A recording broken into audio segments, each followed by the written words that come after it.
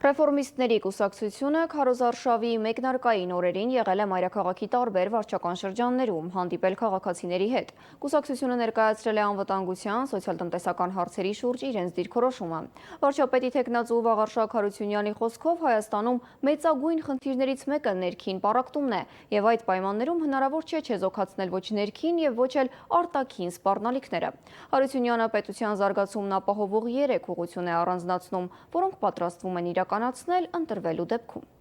Հիմնականում դա անվտանգային հարցերն է, եւ մեր կարգախոսը դա անվտանգությունն է, դուք շատ լավ գիտեք, եւ զարգացումն է։ Մյուս հարցը դա սոցիալական է։ Կա 3 մասնագիտություն, որը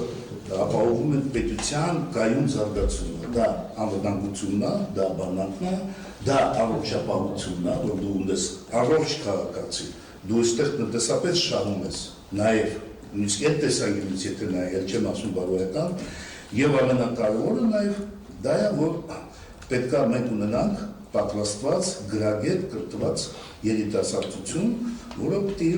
կառուցի մեր ապագան, դա կրթությունն է։ Այս 3 մասնագիտությունն է, որը կարելի է անվանել հերոսները, որ պիտի ապահովեն պետության զարգացումը։